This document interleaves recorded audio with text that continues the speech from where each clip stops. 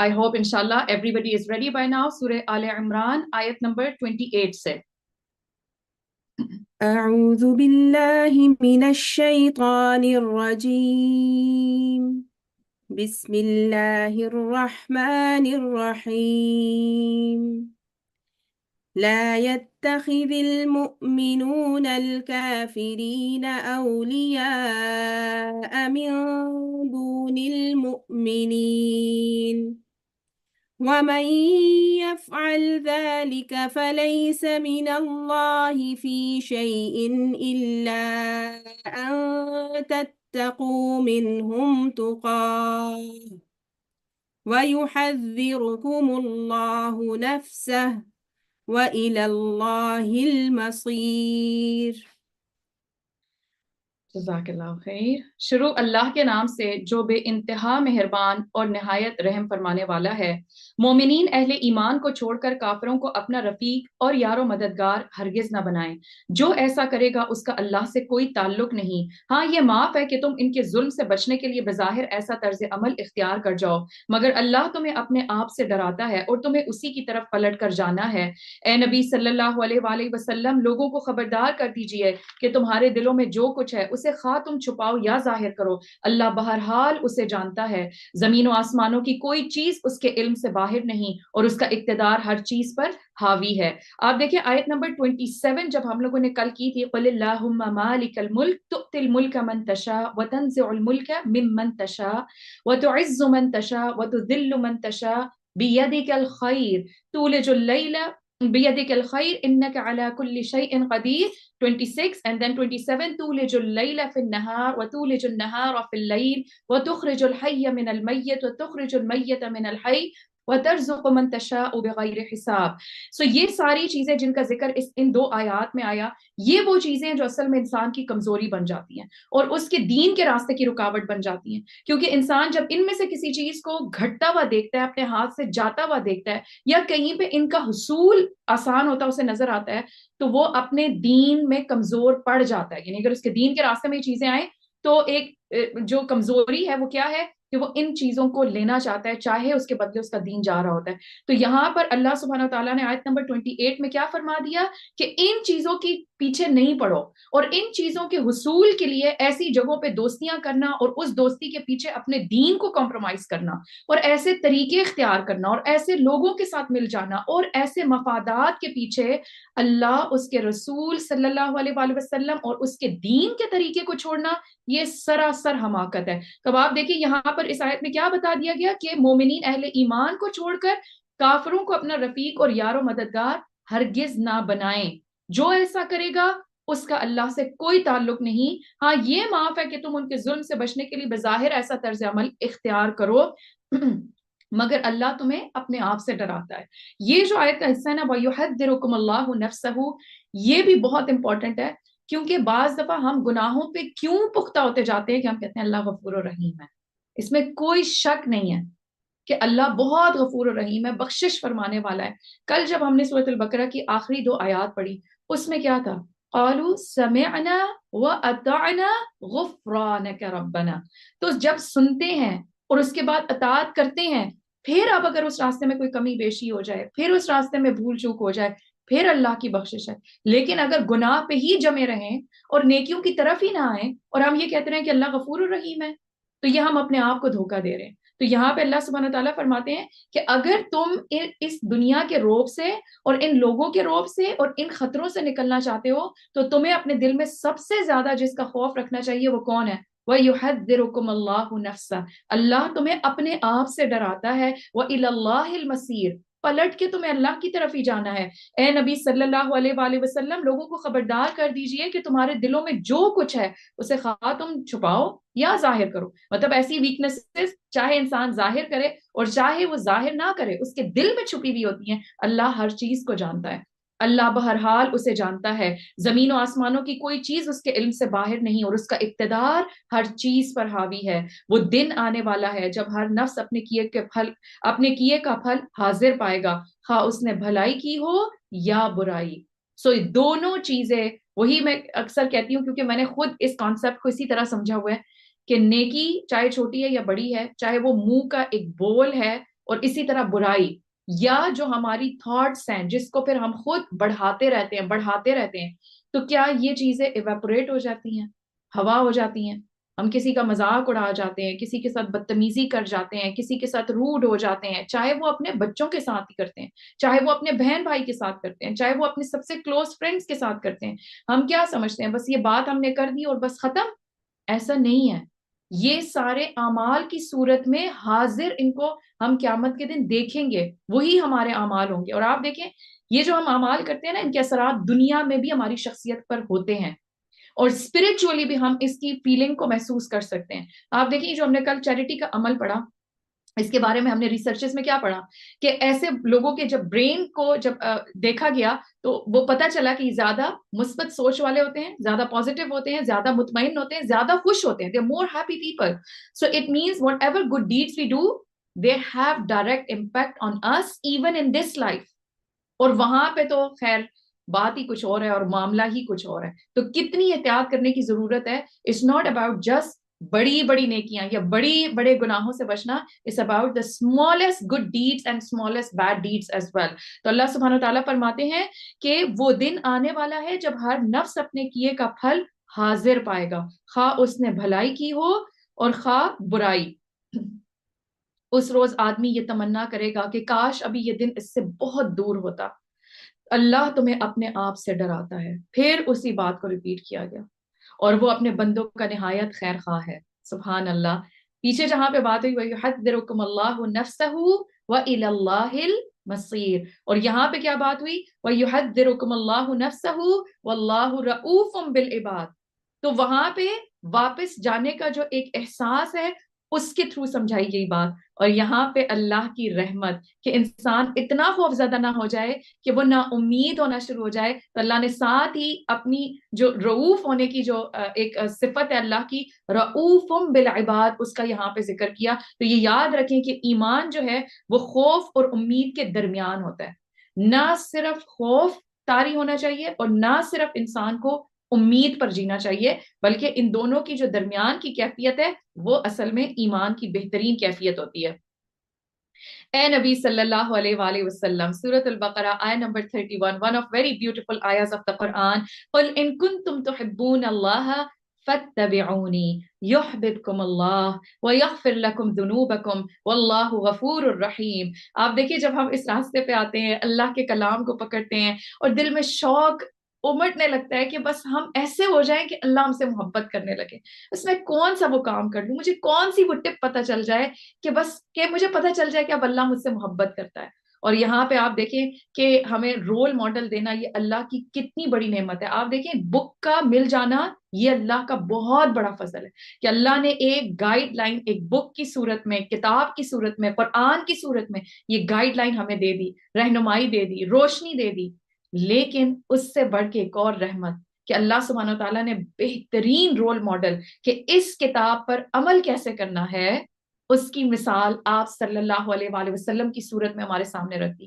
اور قرآن اور سیرت یہ دونوں ہینڈ ان ہینڈ ہیں، اور جتنا آپ قرآن کے ساتھ سیرت کا مطالعہ رکھیں گے اتنا ہی قرآن پہ عمل خوبصورت احسان کے درجے پر محسن کی طرح اگر انسان ہونا چاہتا ہے قرآن کے تھرو تو اس کے لیے سیرت کو سمجھنا بہت امپورٹنٹ ہے. اور آپ صلی اللہ علیہ وسلم کی ذات کو فالو کرنا، اور اسپیشلی اس آیت میں جو فالو کے لیے آپ دیکھیں ایک اطاعت کا بھی لفظ ہوتا ہے اور ایک اتباع کا لفظ ہوتا ہے. سو اطاعت کا مطلب، اور ان دونوں میں ایک ڈفرنس ہے.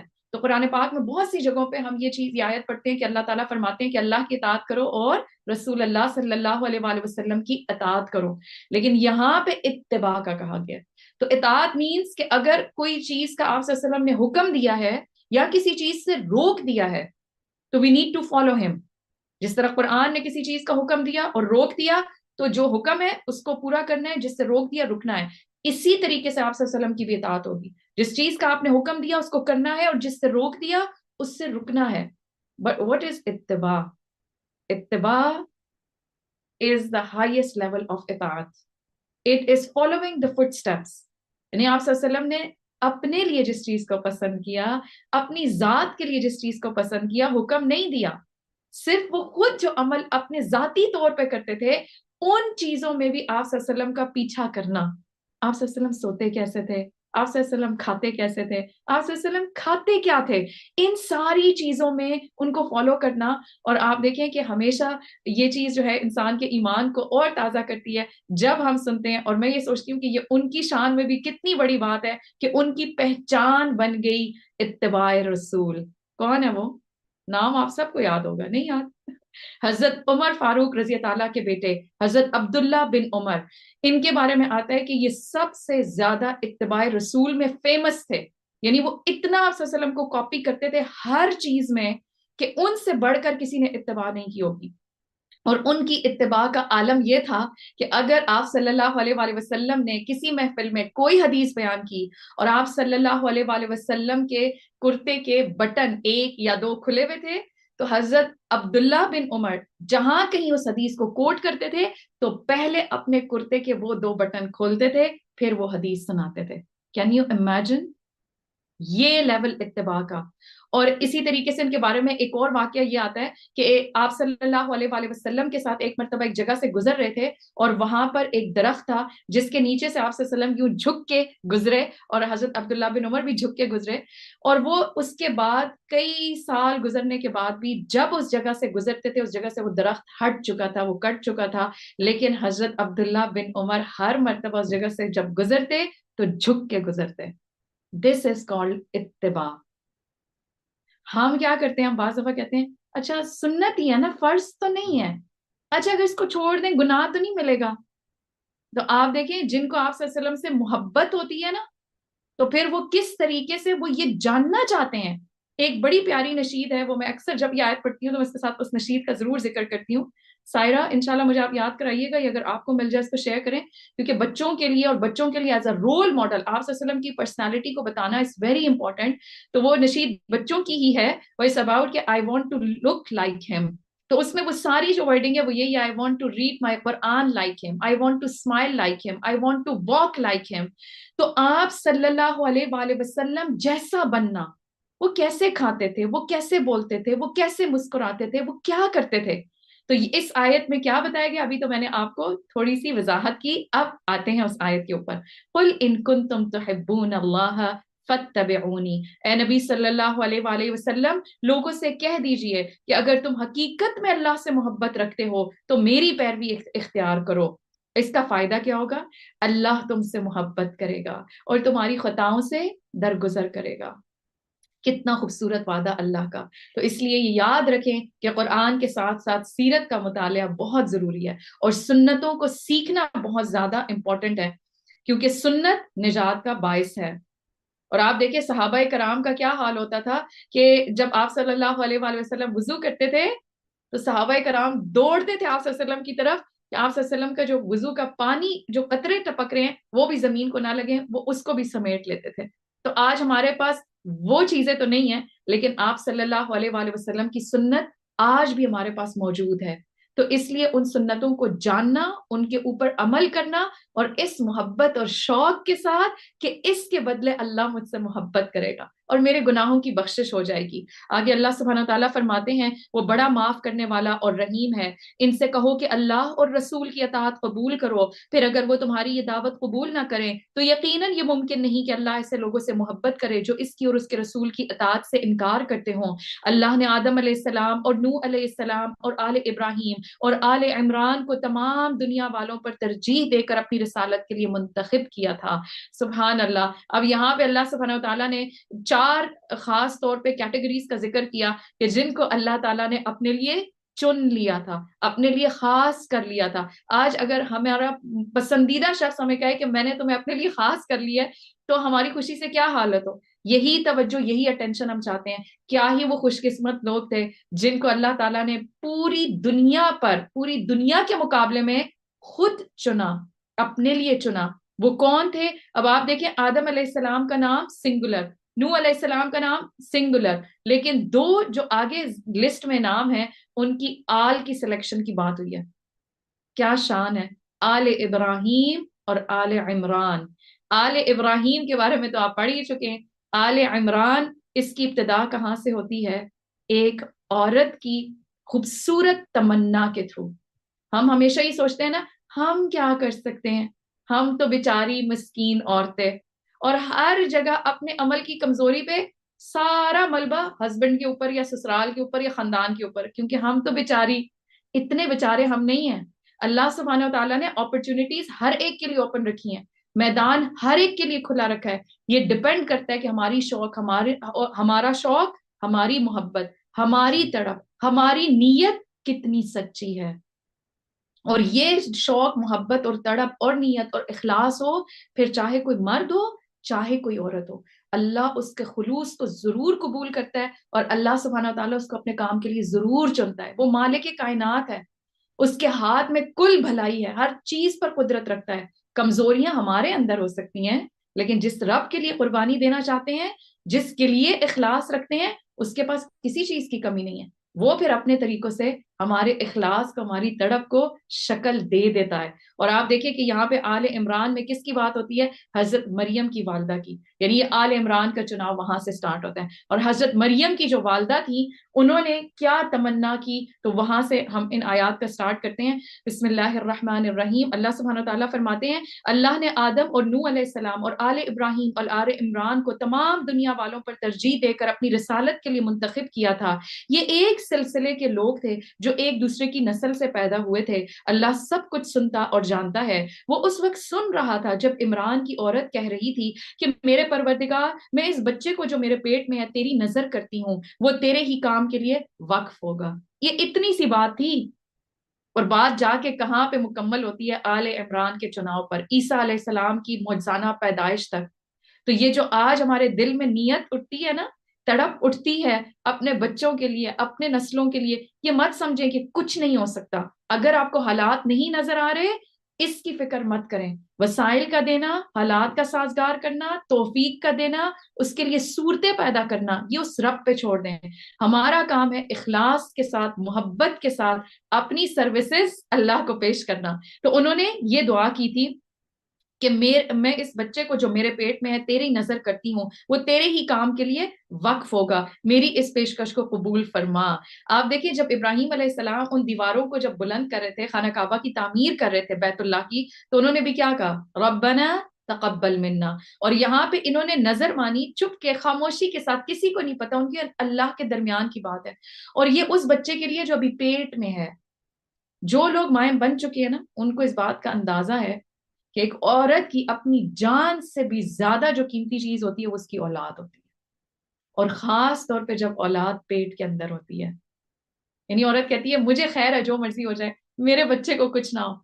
تو ایک عورت کی کتنی شدت سے محبت اللہ کے لیے ہوگی کہ وہ جو اس کی سب سے قیمتی دولت اس کے پاس اس وقت موجود ہے، جو ابھی اس کے پیٹ میں ہے، وہ اس وقت ہی اس کو اللہ کے لیے قربان کر رہی ہے اور اللہ کے راستے میں اس کی نظر مان رہی ہے. اور پھر کیا کہتی ہے؟ فَتَقَبَّلْ مِنِّي، اللہ تو مجھ سے قبول کر لے. تو یہ جو ورڈ ہے نا، تقبل منا، آپ اس کو معمولی نہ سمجھیں. یہ دعاؤں کی قبولیت کے لیے آپ سمجھیں کہ یہ it's a very strong stamp. تو جب بھی اللہ سے دعا مانگے، اس کو بہت، ان الفاظ کو بہت تڑپ کے ساتھ مانگے. فتقبل منی ربنا تقبل منا انک انت السمیع العلیم. اور ساتھ ہی ساتھ کس یقین کے ساتھ کہ بے شک تو سب کچھ سننے والا ہے. میں آج تجھ سے دعا مانگ رہی ہوں. بعض دفعہ آپ لوگوں سے باتیں کر رہے ہوتے ہیں، لوگ آپ کہتے ہیں میں نے کیا کہا؟ ہاں میں نے سنا تھا، کچھ ایسی بات کی تھی. آپ کسی کو میسج کرتے ہیں، وہ سنی انسنی کر دیتا ہے. کسی کو فون پہ بات کر رہے ہوتے ہیں، وہ کہیں اور پہ ڈسٹریکٹ ہو جاتا ہے.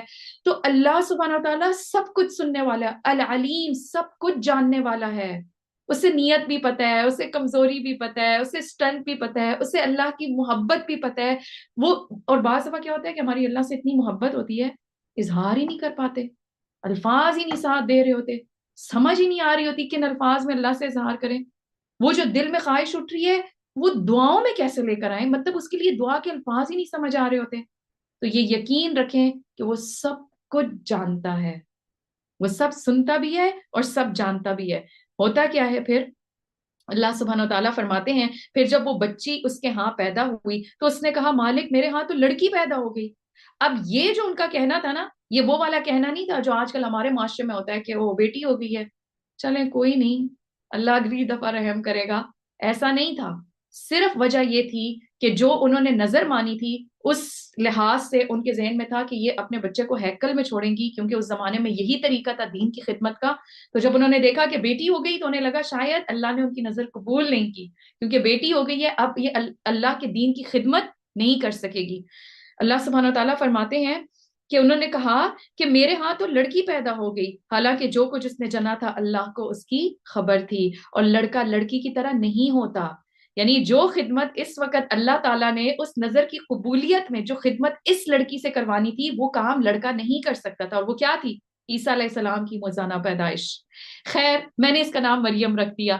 اچھا ہوتا کیا ہے کہ ہم اللہ تعالیٰ سے ایسی دعائیں مانگتے ہیں اور ایسی مرادیں مانگتے ہیں، اللہ تعالیٰ بس مجھے یہ موقع دے دے، میں دین کی ایسی خدمت کروں، میں یہ والا کام ایسے کروں، بس یہ چیز ہو جائے. اچھا اب ہوتا کیا ہے، وہ دعا قبول ہو جاتی ہے، لیکن وہ دعا جب قبول ہوتی ہے نا تو وہ اس صورت میں نہیں ہوتی جیسے ہم کہتے ہیں میں یہ والا کورس کرنا چاہتی ہوں، بس ایڈمیشن مل جائے ایڈمیشن.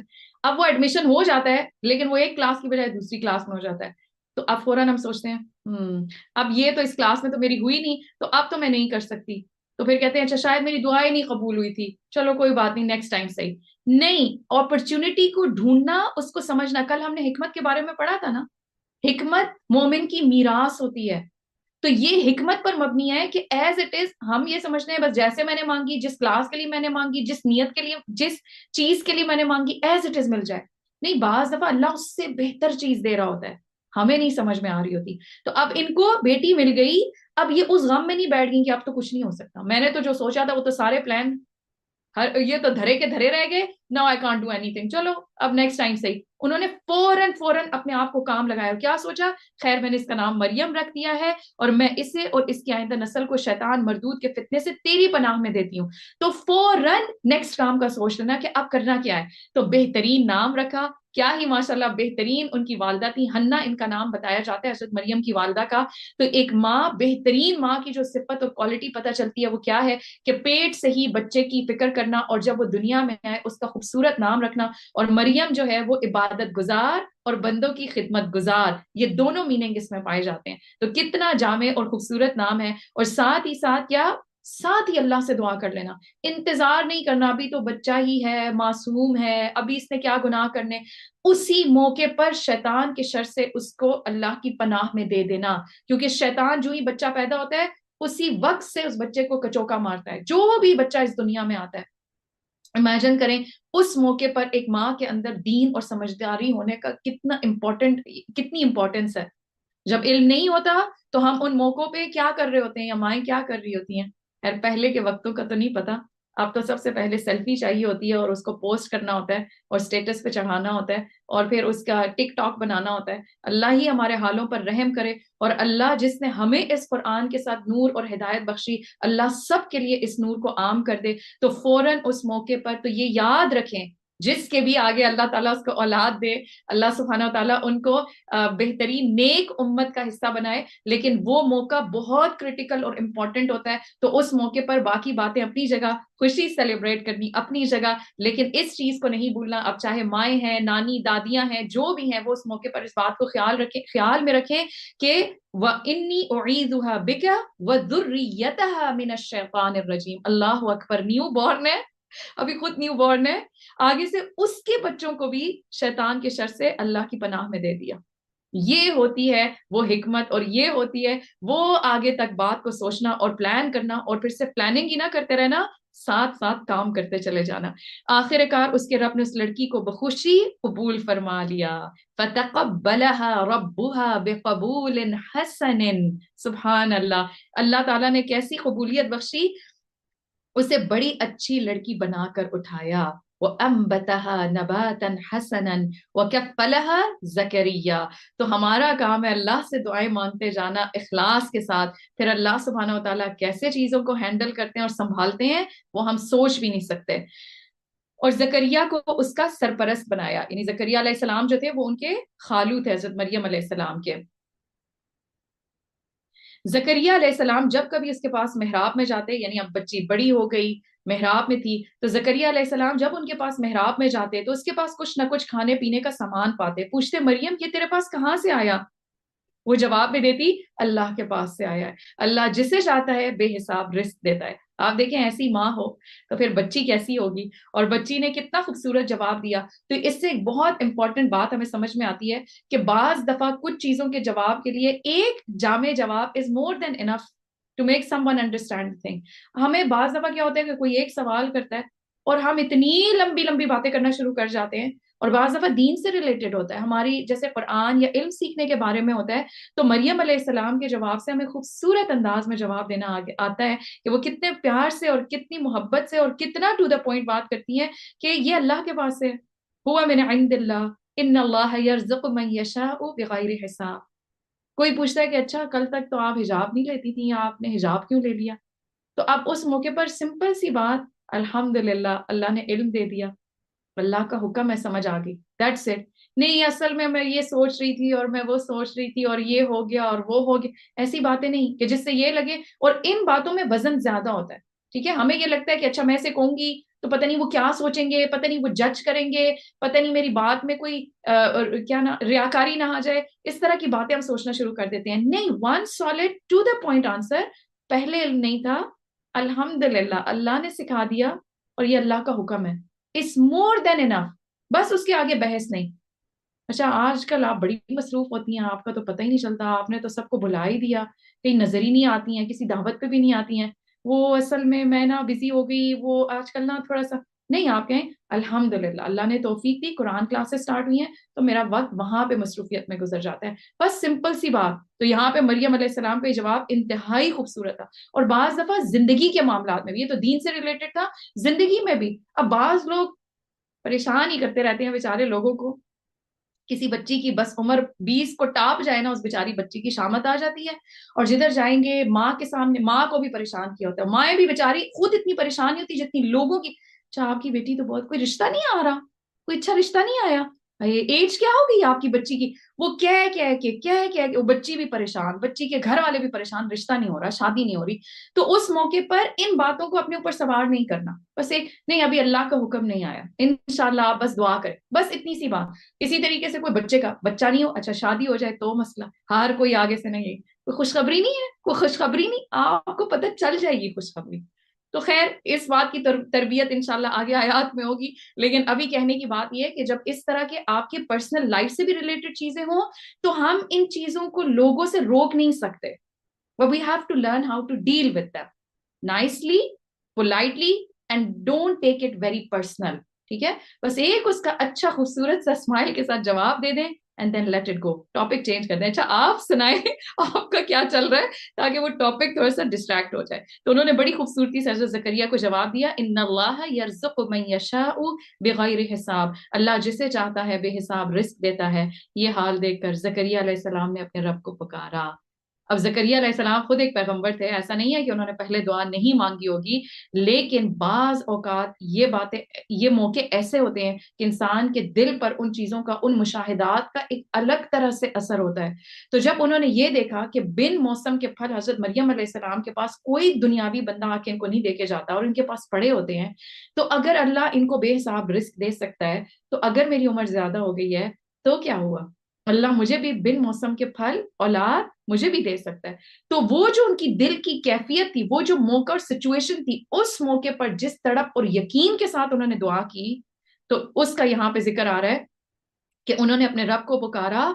کیا کہا؟ رب ہب لی من لدنک ذریۃ طیبہ انک سمیع الدعاء. پروردگار اپنی قدرت سے مجھے نیک اولاد عطا کر، تو ہی دعا سننے والا ہے. جواب میں فرشتوں نے آواز دی جبکہ وہ محراب میں کھڑا نماز پڑھ رہا تھا. سبحان اللہ. آپ دیکھیں قرآن نے ایک ایک ڈیٹیل یہاں پہ بیان کی ہے. ہنالک دعا زکریا ربہ، سٹارٹ یہاں سے ہوا کہ اسی جگہ پہ انہوں نے دعا مانگی، فوراً دعا مانگی. اور پھر یہاں پہ قبولیت کے لیے فوراً بتا دیا گیا فنادت الملائکۃ وهو قائم يصلي في المحراب. There and then دعا has been accepted اور خوشخبری فوراً ان کو مل گئی.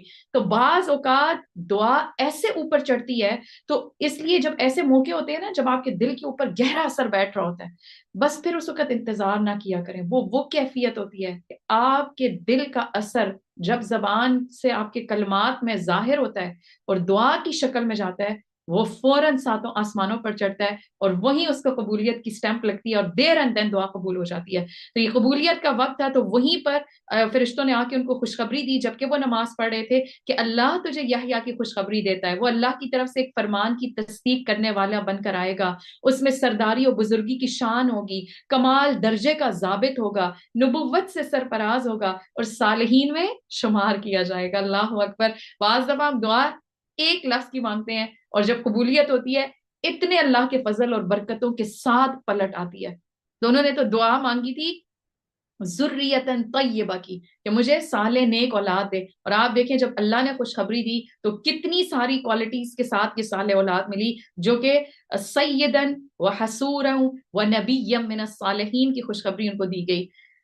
زکریا نے کہا پروردگار بھلا میرے ہاں لڑکا کہاں سے ہوگا. سبحان اللہ، خود ہی دعا مانگی اور خود ہی بے یقینی کی کیفیت. تو بعض دعائیں انسان کی ایسی ہوتی ہیں کہ خود آپ مانگتے رہتے ہیں لیکن جب وہ قبول ہو جاتی ہیں تو انسان خود حیران ہو جاتا ہے کہ یہ کیسے ہو گیا.